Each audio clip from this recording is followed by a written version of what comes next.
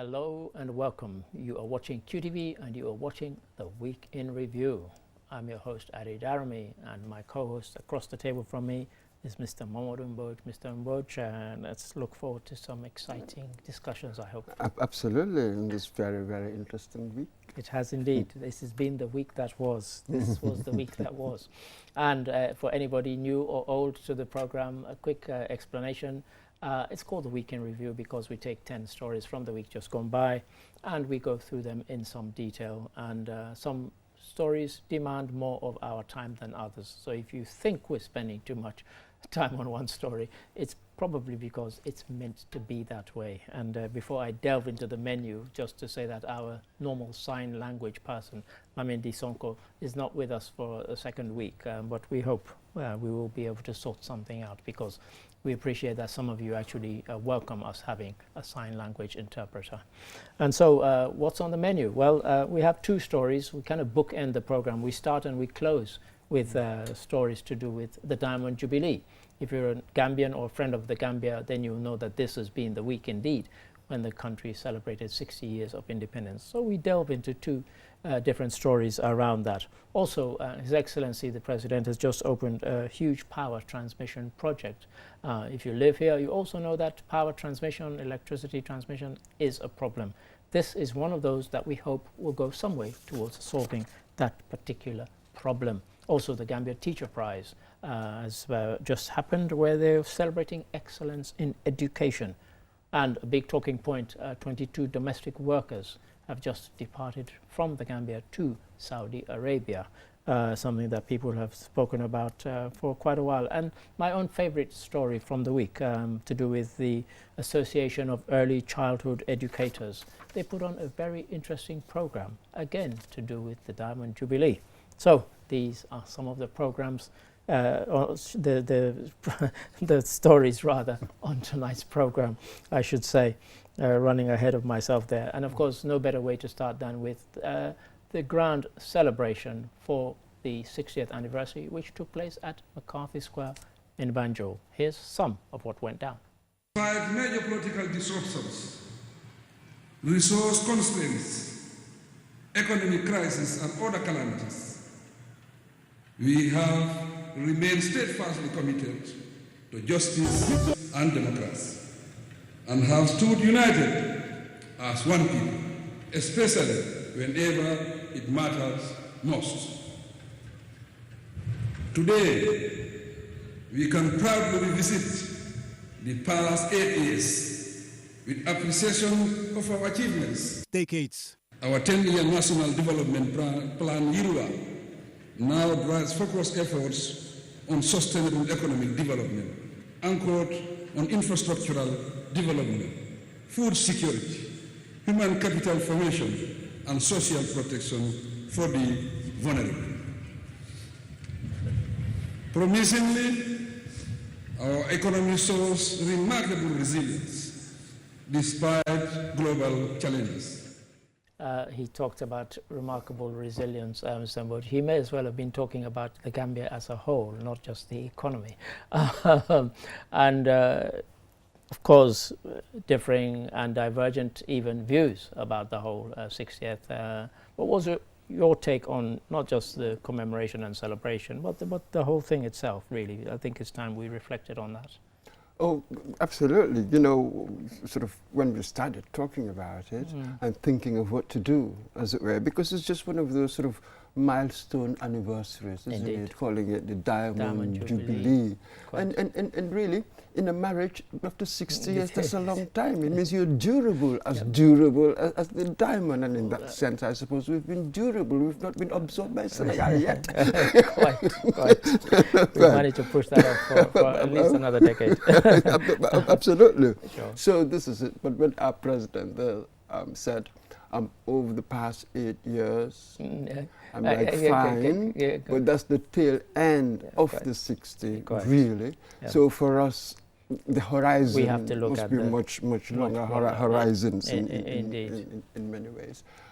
From 65 to date. Yeah. So this one is a difficult one, isn't it? Depends on where you... Well, I heard you speaking on another program where, you know, because there is a theme, marching for self-reliance and national development, and you kind of picked up on that, particularly the self-reliance, because you related it both to the personal and to the national, you know, and I particularly like that, if you just expand on that, really. Absolutely. I mean, what do you think Cabral was trying to do in the bush?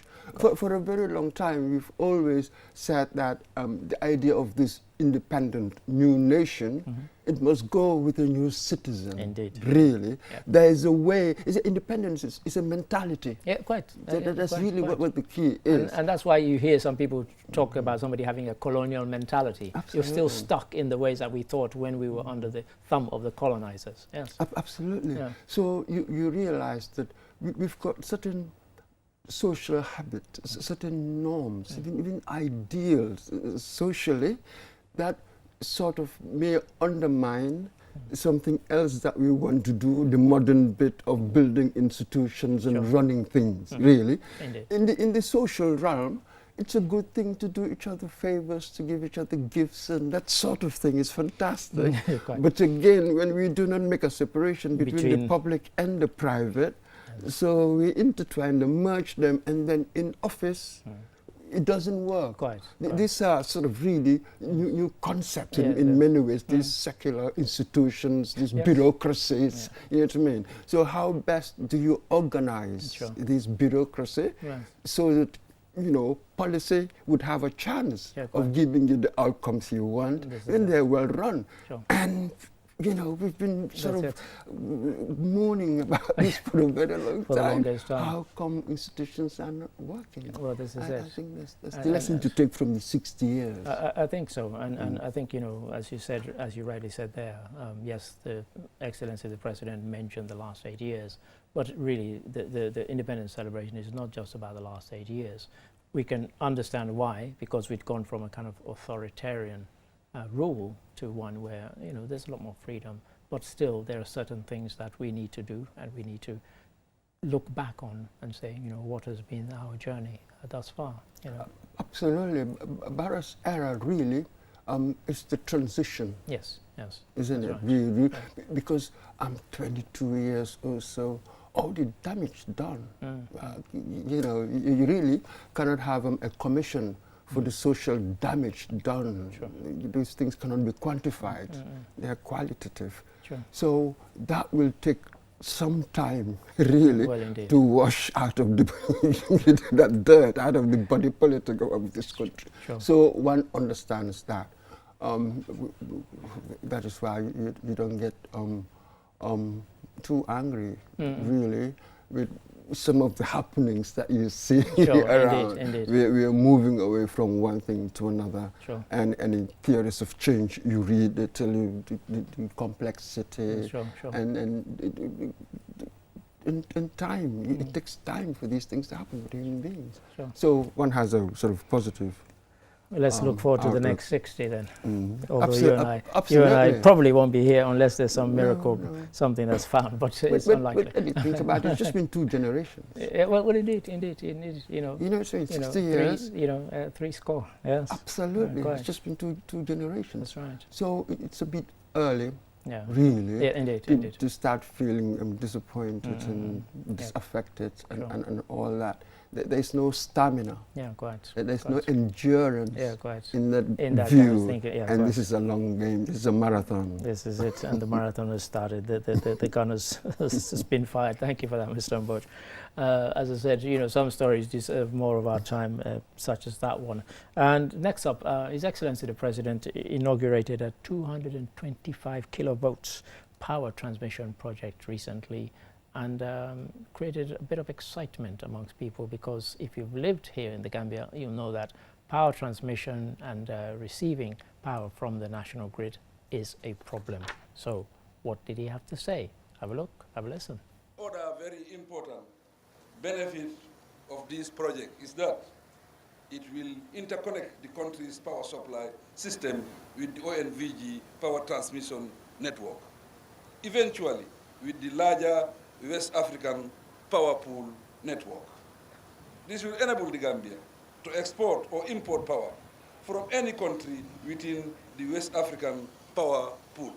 The unveiling of the including the T&D component being inaugurated here today will improve the betterment of the people within the beneficiary communities, promote job creation, stimulate economic activity, and facilitate the provision of quality medical education and social services. We heard there about what the project will or won't enhance, but he kind of gave a list: education, health, and so on. And that's what people care about. You and I sitting in our houses and we're getting constant power outages, we're not best pleased. And then something like this happened, and His Excellency the President mentioned there about OMVG project. OMVG project should have been much further advanced than it is. We know, Guinea-Bissau, Guinea-Conakry, Senegal and ourselves. But we're not there yet. But this is quite a significant addition to that. And of course, once everything is working, it will be linked to that grid.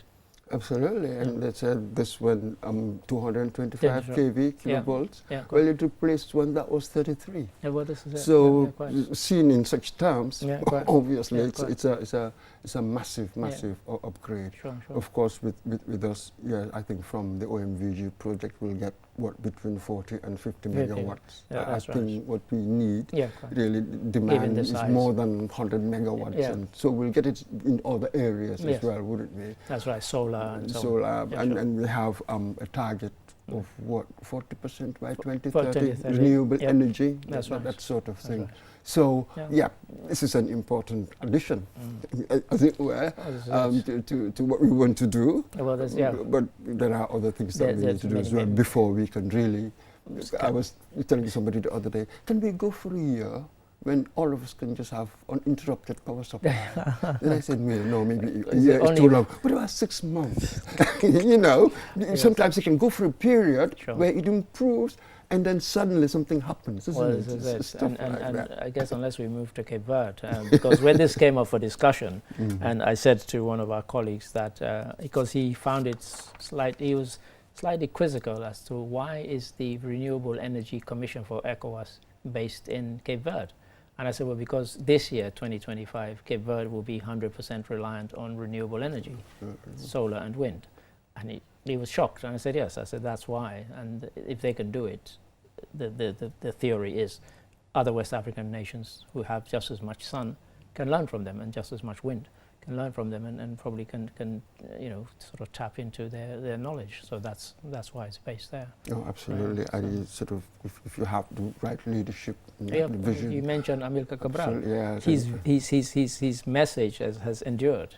But in Cape Verde, quite in Cape Verde more than in Guinea-Bissau. In Cape Verde more than in Guinea-Bissau. So this is the right leadership, the right vision, really, and the competent bureaucracy, the expertise to bring this out. Once you have that, you have honesty. This is really what our issue is. When you have honesty in the system, then you will begin to see results. For us, though, there has been this awful misalignment of rhetoric and action. You know what I mean? You'll see this leader in public sounding so pan-Africanist and patriotic and all the rest of it, but behind the scenes, you're plundering your country. It's awful, this hypocrisy. So it's really this honesty. There are ideas out there. You know what I mean? When you say that, it just brings to mind Alpha Condé in Guinea-Conakry. I interviewed him 2 months after he'd been released, and he'd been in prison for about 2 or 3 years at the time. And the Western world were rushing to him. He'd put up at the Carlton Hotel in London, very posh 5-star hotel. And I went to interview him, and shook his hand. I remember, took pictures with him and everything else. And then when he went back, the zeal with which he went back, he did what Doumbouya is now doing. He renegotiated all the mining contracts, and everybody was patting him on the back. And then, of course, we found out that he was one of the worst plunderers. And I was so disappointed, because I thought, how could I be so naive as to believe, just because, he was very well spoken. He spoke English, he spoke French, and he spoke Creole fluently, all of those three. And so I was like, wow, this guy, and he sounded like he knew what he meant. But as you said, leadership, if the leadership is corrupt, then, instead of kind of making sure that the country moves forward, you're busy plundering, then, that's a problem. The fish is rotten from the head down. From the head down, isn't it? Quite. So this has really been what the issue is. But our plans for, energy, which is so important for investment and economic growth, we talk about it all the time. But it's important that we have regular supplies of energy. That's also cheap Well, this the is tariffs. That's also quite. will come This is into yes, it. right. But that's And the significance of this, just in kind of closing, is, as I think His Excellency the President touched on it, and so did other speakers at the event, that if you want people to come to your country to invest, one of the first things I think, I'm going to build a factory in the Gambia. Do I have to build my own power plant? Absolutely. Do I have to get my own power source? Or is there a constant and reliable source of energy? And if not, that's another additional cost for me. Perhaps I'll go somewhere else. So it's important that projects like this take off, and we need many more. Remember during the signing of the MOU between the government and was it NAWEC? So the chairman of the State-Owned Enterprises Commission said, without electricity, regular, reliable supply, the economic development we're talking about will never happen. So that is a key pillar, it's a key plank, as it were, to any strategy, any plans you have of, showing substantial, appreciable economic movement, development, really. You need that. We need that, and we need this. So may we have many more. Exactly. So it seems we are on the right track. How are we going to? Indeed, moving in the right direction. Yeah. Thank you for that, Mr. Mboja. Third story takes us to the Gambia Teacher Prize 2025. It has just happened, and a very grand affair it was too. And here's some of what was said at that event. Teacher Prize, an initiative by the NAMI Foundation, was established to recognize and celebrate the efforts of teachers at both regional and national levels.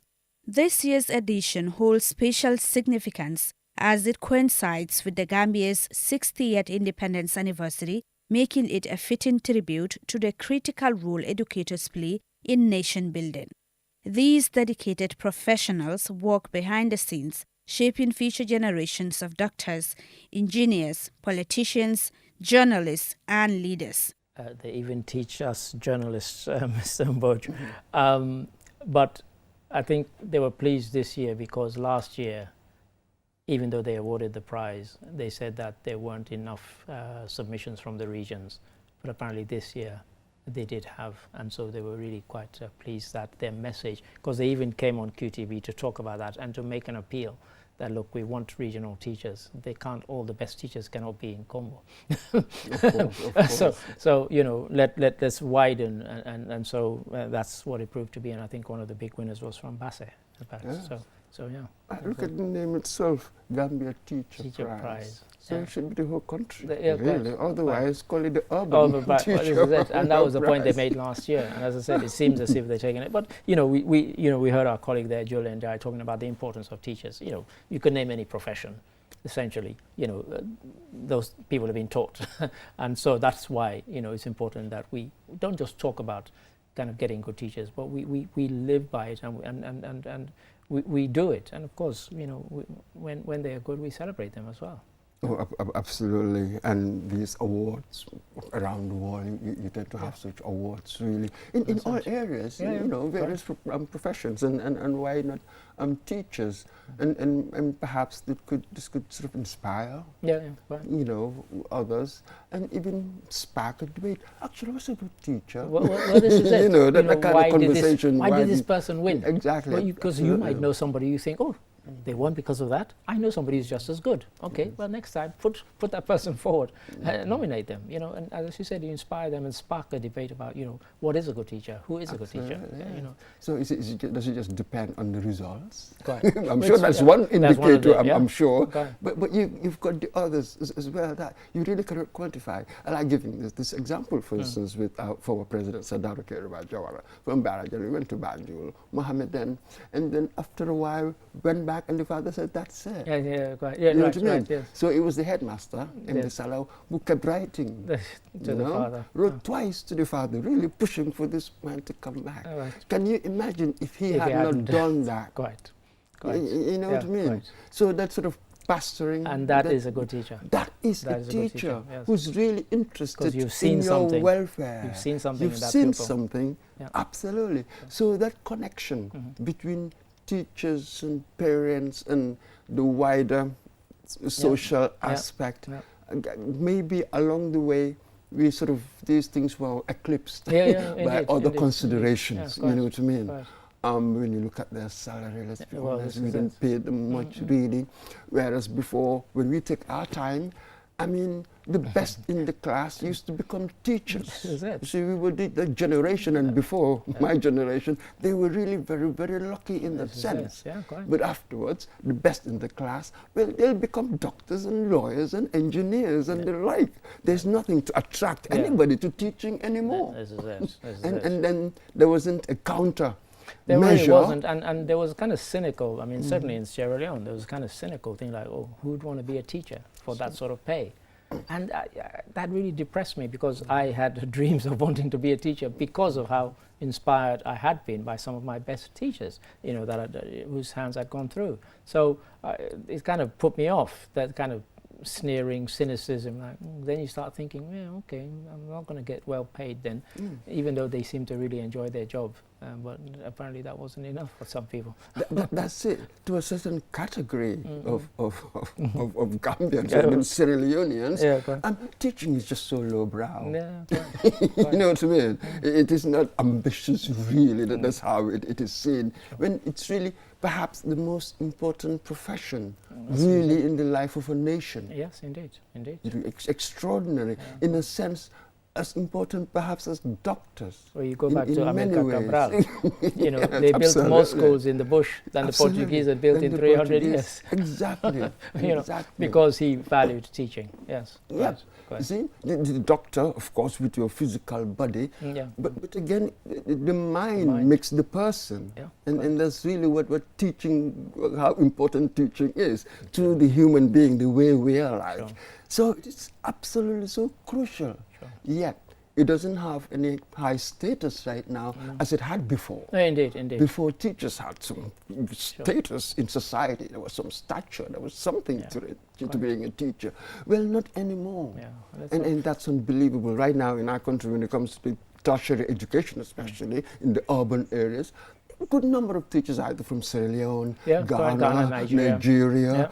It seems that Gambians are really not going into teaching. It's quite interesting now. It's indeed. So, you know, well done to those who won this year. Absolutely. And we look forward to next year. That's Angelique Mendy. Mendy, who that's won. Right. The overall. The overall. Yes, quite. Thank you for that. And just this week, as well as being a big week for independence, there was another big week that generated a lot of debate. What was that about? Well, this week saw 22 female domestic workers head for Saudi Arabia. Why does that matter? Have a look and have a listen, and you might find out why. The event, held in the ministry's conference room, marks the first deployment of workers under the bilateral labor agreement for the recruitment of domestic workers and the bilateral labor agreement for the recruitment of skilled workers, both which were signed in 2023 during the 2023 Africa-Arab Summit in Saudi Arabia. These agreements aim to establish a structured and regulated framework for the recruitment and employment of Gambians in Saudi Arabia, including provisions for fair wages, working conditions, and more. During his Meet the People tour in November 2022, President Barrow announced his government's plan to create 150,000 jobs between 2023 and 2027 as part of a new employment policy, following the completion of the EU-funded Techifi project in the Gambia. Mr. Mboj, this has become a stick with which people want to beat the president. 22 female domestic workers and another 22 added to the 100 or so, or even 50 that might be going to Spain, is not likely to make a dent in the 150,000. We always said it was quite an ambitious target to set and come out to say. But in terms of this, they're going through the government and government-regulated agencies. They're not the kind of free, you know, style agencies that people just run and say, oh, I'm an agent, I can send you to Saudi. They're channeling it through the government. And hopefully that will mean something. Yes, and we see what difference that will make. We know that from the stories that we've been getting to people going to Dubai, for instance, not been nice at all. Quite. You know, sort of in the Arab states generally, Africans tend to sort of have sort of bad, a really nasty, rough deal. yes, you know, experiences Yeah. there. So how far would the government's involvement change the kind of treatment they're likely to receive? And we'll see. Yeah, we'll see what happens. We'll take from that experiences and evaluate really. But we knew that such agreements would not make the slightest dent really in your overall employment. We know that currently unemployment, especially youth, stands at what, 48%? 48%, 48.6%, something like right. that. Yeah. So that's it. So obviously people sort of who have these opportunities, yeah, quite. you know, you'll make a difference to their lives. Yeah, indeed. There's no denying that. And we must appreciate that as well.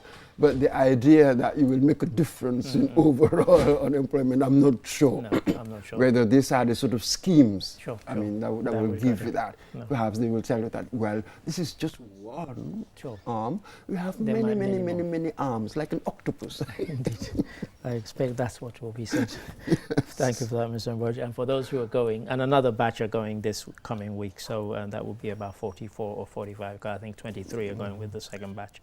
Well, thank you for that, Mr. Mboj. Story number 5, and again, another thing that happened last year was national dialogue, and this year we had the second national dialogue. Again, independence was the theme, of course, Diamond Jubilee, marching for self-reliance and national development.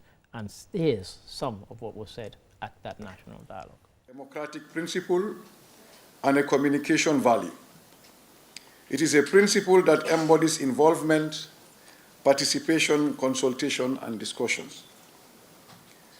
Dialogue reminds us that democracy is not about the interests of the majority, but about the majority working with or on behalf of the minority in the interests of both parties. By tacito, we mean not only full and enthusiastic participation by the government and the people of this country in national reconstruction, we also mean less dependence on outside resources and the ability of our people. Today, everybody will tell you a nation is not an island. I'm not saying that we shouldn't be connected to the globe, but the basics, we must do it for ourselves. The basics we must do for ourselves, Mr. Mboj. We say this a lot, but do we do it enough, or do we just talk about it? This is the problem. I was at the national dialogue, and to tell you, really, I think one person had a standing ovation. Yes, indeed. But what was he talking about? Was it Abdul Karim? It was about disability. Yeah, yes, that's the second one. We'll come to that one to see our failures in inclusion, the people we exclude. But this man, really, Abdul Karim, his focus was really why we really cannot be self-reliant. Right. See, the problems with self-reliance given certain social norms. That was really what he was attacking. The fact that you're more interested, as it were, in your material circumstances, and you want to be this, and you want to be that. Yes. That will interfere with really with your moral engagement with the collective, really. So this is what we were talking about, the eclipsing of sort of public virtue, really by sort of these private, personal interests that have nothing to do with, advancing the national cause. Well, this is it. So I'm glad to hear from somebody who was there. And you talked about the second person who had a standing ovation, and that was over disability rights, wasn't it? Absolutely. For that person, it was a simple matter of inclusion. You know, as a TV station, really, at this day and age, you must really must have a sign language interpreter. Yeah, quite. Really, yes. because a lot of people, she stood up and said, hey, look, I cannot hear anything at all. So I rely on the interpreters to know what is going on. So she was insisting on really listening to the news. Yeah, quite. Absolutely, every day. So that was, and everybody actually she received some applause for saying that. So this is the key. Talking about inclusion is one thing, but if I believe in inclusion, what actions will it lead me to? Sure. This is always where we have a problem. You know, theoretically, we can agree on anything, but what actions would it lead me to? Sure. Would I do anything about it? So that is the issue. If you say you believe in it, then the next question you must ask yourself is about the actions you must do to demonstrate belief. Thank you for that. A great point to end on. And that takes us to the end of the program. At the halfway point of the program, I beg your pardon.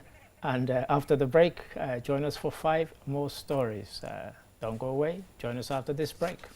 yaa ko laajte QCell jox la ko yokkute am na si suñ promo bu bees bii di suñu bundle mega promo léegi mun nga dugga si internet bi si noo ko buggee ak num gën a yombee jëndal suñ data bundle package boo bugga te nga am si wàññite bu mag dialal star 303 # pour nga mun a jëfandikoo internet bi si network bu gën a yaatu jëndal 20 megabytes data bundle léegi si juróom-ñaari dërëm ak genn wàlla bu dul loolu nga jënda biga bundle lu dem ba 20 gigabytes waaw dégg nga ma 20 gigabytes data bundle ak suñ mega promo bundles bi mun nga jëfandikoo internet bi waxtaan si lu yàgga ñu jokkale la saa su ne fu ne pour am si lu leer mun nga call QCell customer care si 111 QCell ñoo xaali yoon bi ñeneen toppa lii dafa ànd ak sarta yuñ tëral.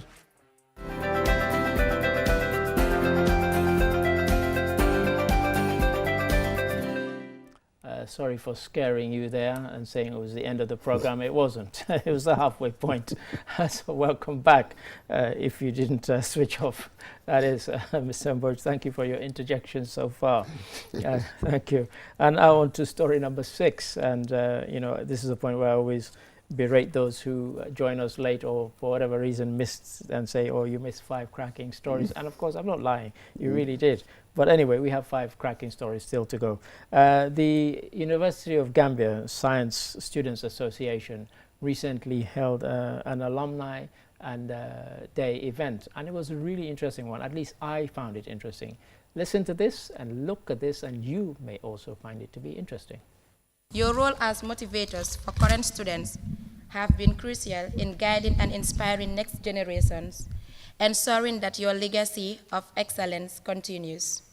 As you look back on your journeys, please look ahead to the future. Your alumni network is a powerful asset. Connecting to the current students, sharing your experience help guide the next generation of leaders. We've cut off our colleague there in mid-sentence, but Mr. Mboj, they held an alumni and career day. And we then had them in this morning program, and we spoke.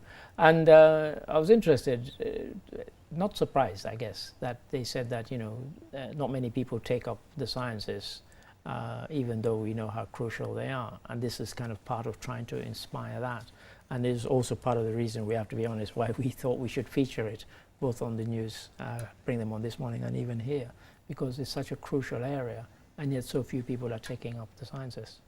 Oh, absolutely. Well, when we were at school, high school, we thought that the sciences were sort of difficult.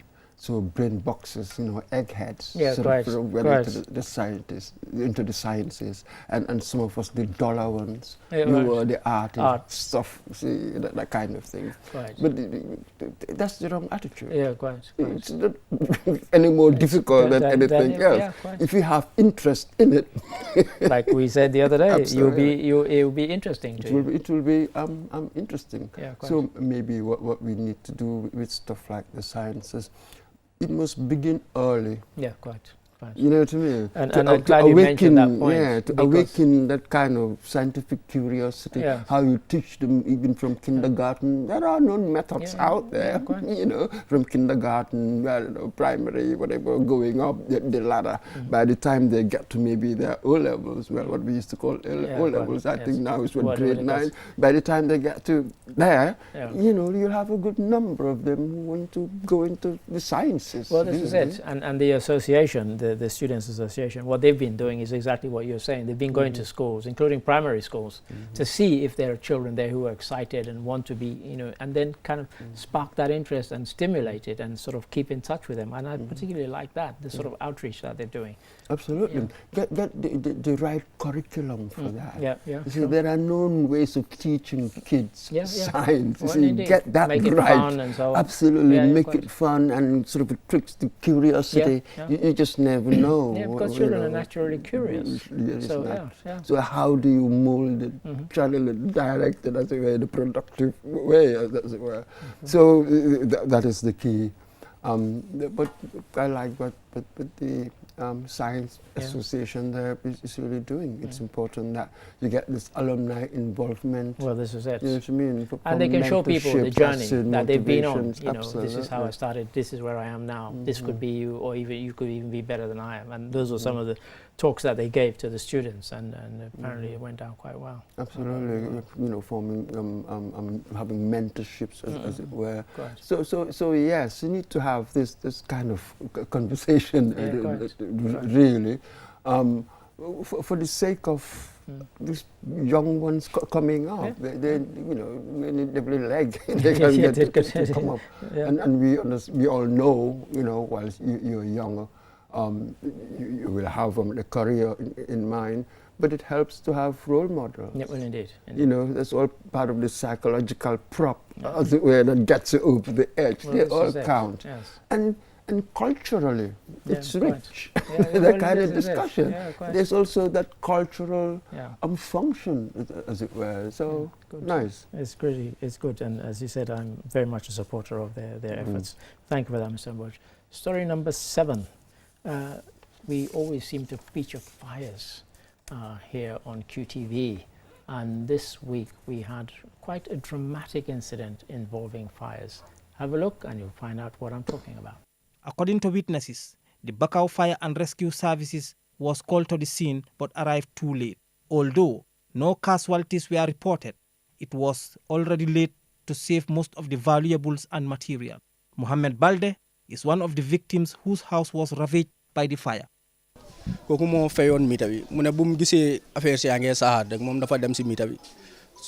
when my sister saw sparks coming from the meter, she tried to turn it off but was electrocuted. As you can see, almost nothing is left. Everything is burnt. The ceiling has collapsed and the walls are cracked. It's no longer safe for anyone to live in the house. While our QTV crew was interviewing members of the Baldekunda family, another fire broke out in Sanekunda, a nearby compound, sparking even more panic and fear throughout the neighborhood. Even though most of the belongings were fortunately removed, the fire was extinguished with the help of neighbors who poured buckets and pipes of water on the roof of the building. Mr. Mboj, fire service got there late, and they always deny this. But the allegation was that when they did turn up, they said they didn't have water in their tank. And so the neighbors, as we saw there, were using buckets and were able to extinguish the flames, but too late in terms of the damage that was done. Now, this story, there's so many angles to it. Why do we keep having these fires?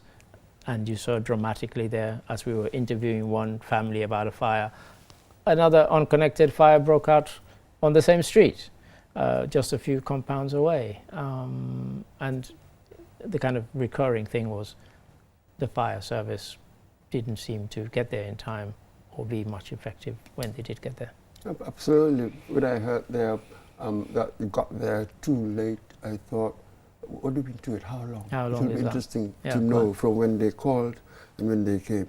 20 minutes, half an hour, 1 hour, it makes a difference. I think our colleague, Korkaba, said 45 minutes. About 45 minutes. For a fire service that was, he said, less than a kilometer away from the incident. So he was quite shocked, actually. Yeah. Absolutely. So this is the key.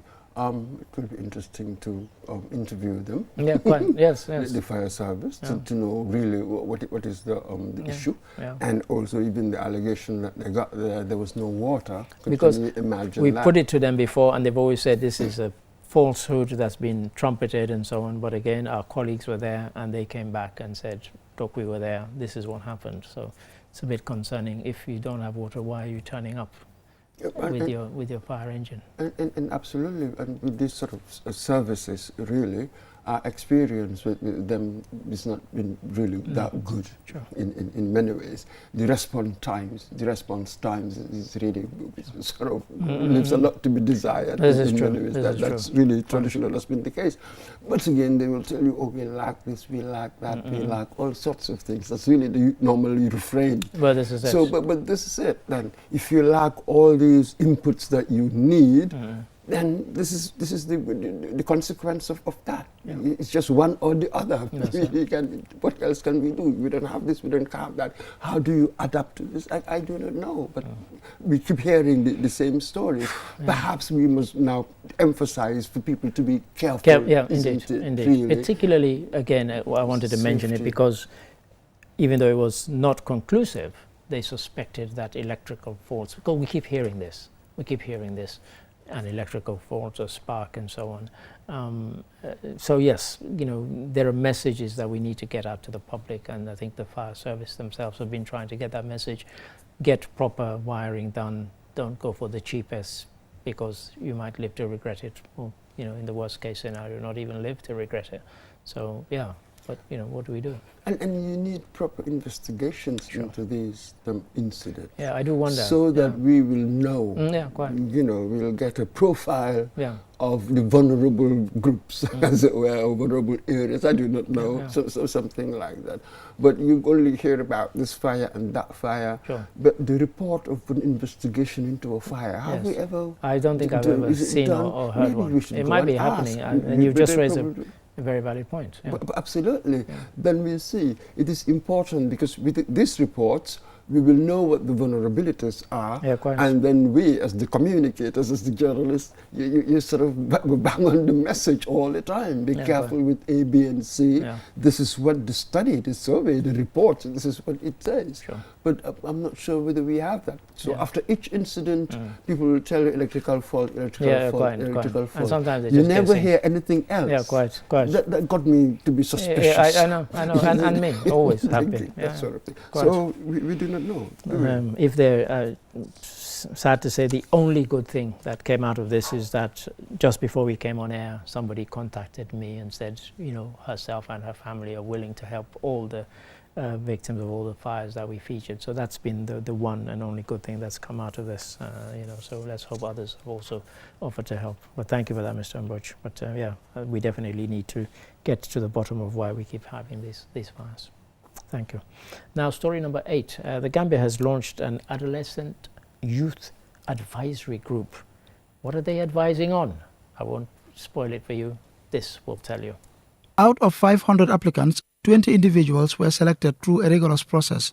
These youth representatives will not only provide guidance, but also monitor the UN's interventions to ensure accountability in fulfilling its commitments to youth and adolescent development in the Gambia.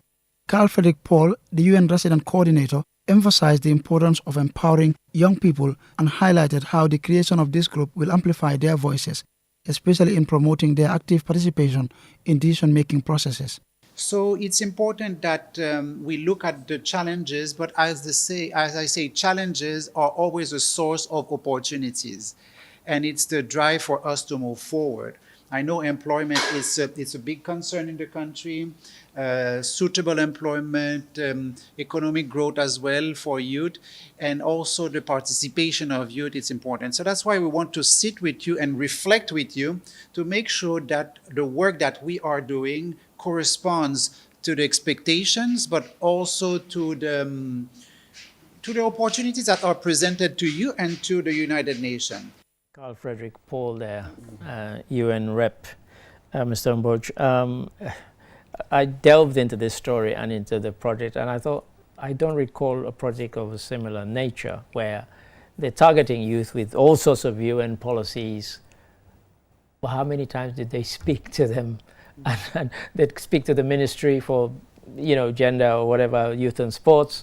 But now they've gone countrywide. Hundreds applied to be considered, and 20 lucky ones have been chosen to be the kind of voice of the youth and to say, okay, we have all these policies. And for me, it seemed like a no-brainer when we, had charities and we wanted to go and do some work in a village or a town in Sierra Leone. We would say, ask them what they want.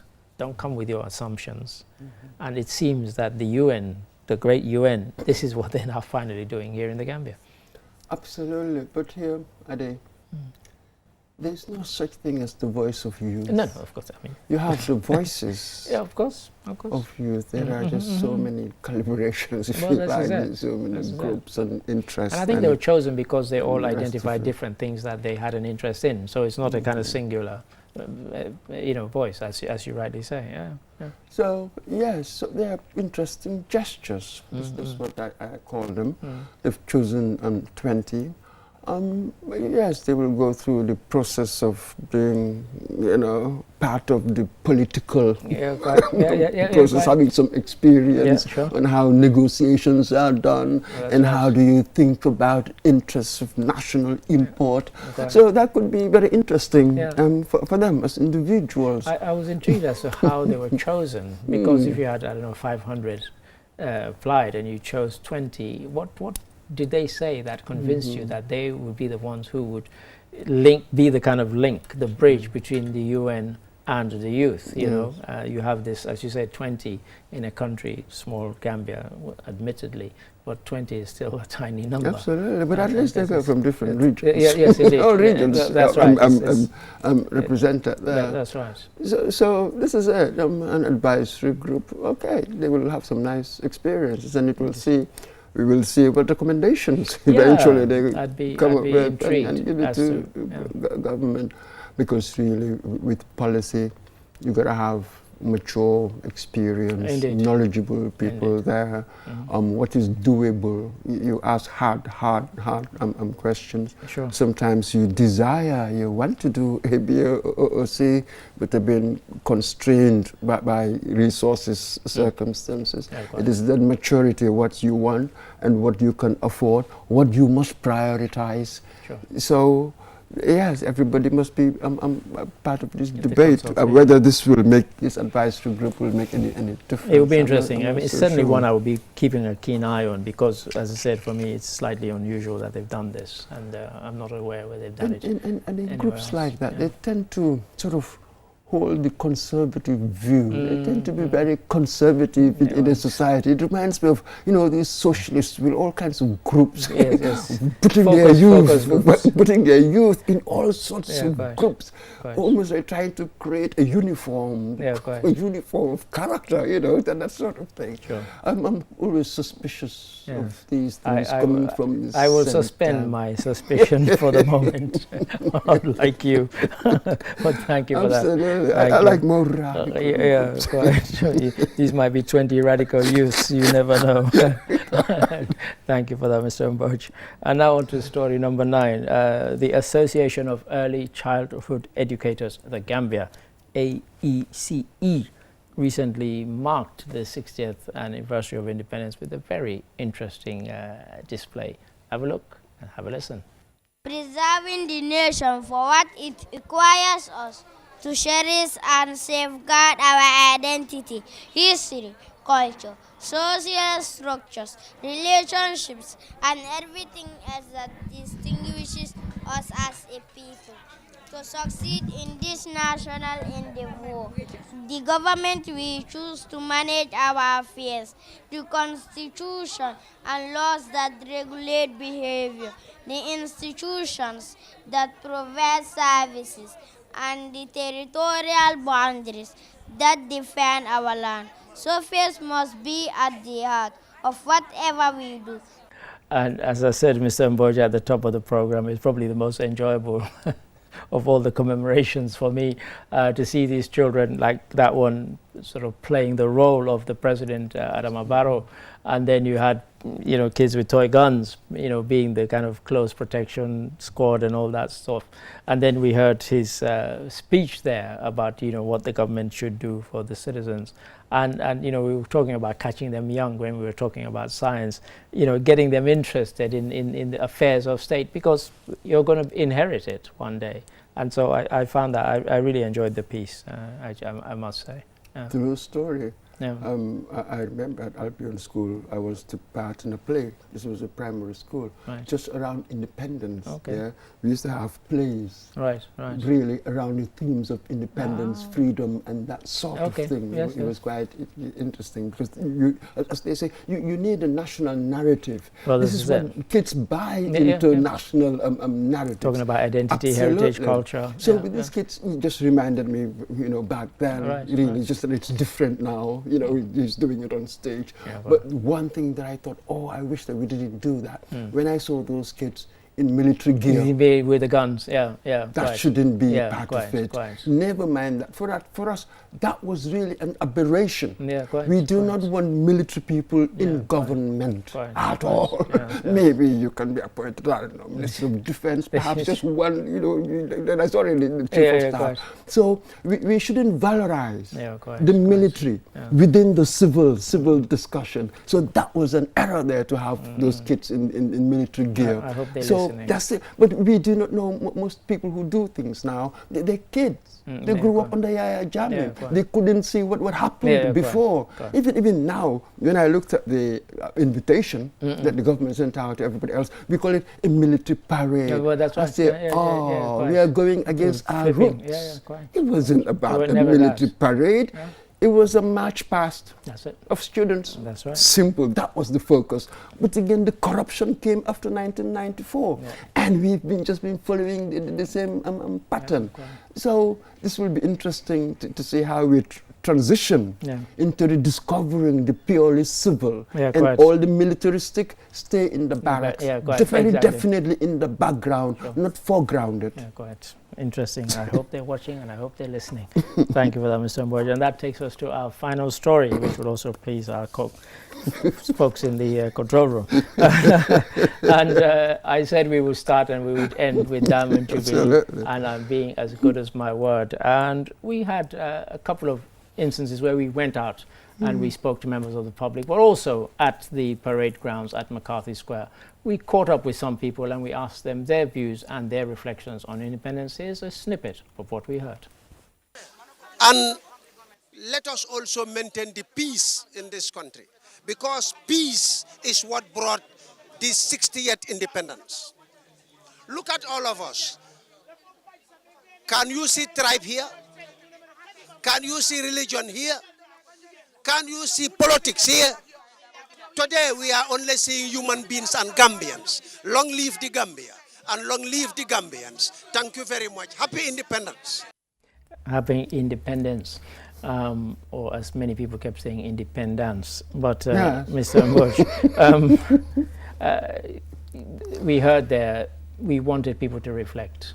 And there was a question we asked, the great and the good. So, and people of high office and of no office, we asked them, what were your reflections? And that's some of what we heard in that particular piece there.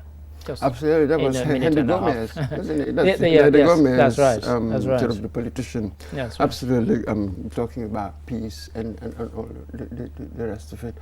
Different people will have different views. What I liked about it was that it gave people an opportunity to reflect, and not kind of blowing our own trumpet, but a lot of people have contacted us because of the series we've been running on QTV and saying, oh, I watched this on the flora and fauna, whatever it was, and it made me think back to my school days and so on, that sort of thing, and I particularly like that, and it's what has been our journey over these 60 years. Absolutely, and you need everybody to really come to the table, allow people to express their views. Then we can have a conversation, decent, honest conversation, really. And then hard decisions will have to be taken. You know what I mean? In the end, not all views are of the same weight. No, quite. It doesn't quite work like that. So one must have a realistic appraisal of what really happened in the 60 years, in many ways, so that we will know how to go forward. But if I misdiagnose really the patient, my prescription will probably kill him. So the diagnosis is really very significant. That is why mere opinion doesn't do. We need informed opinion. It's like the doctor diagnosing the patient. You know, you need bright, objective concepts to do that. Otherwise, the prescription would be wrong. So we must be very careful. This is why I'm suspicious of the so-called consensus. It is always a compromise. It doesn't really get to the heart of the matter. It can never be radical. It is always a conservative thing to do. So some views are better than others, and that's what we should follow. Absolutely. That's a brilliant point to end on. Thank you for that, Mr. Mboj, and thank you for your interjections throughout the program. And of course, at this point, I have to say to you, the viewers, thank you for watching, not just this, but previous programs, and keep on watching. So until we come your way again next week, goodbye.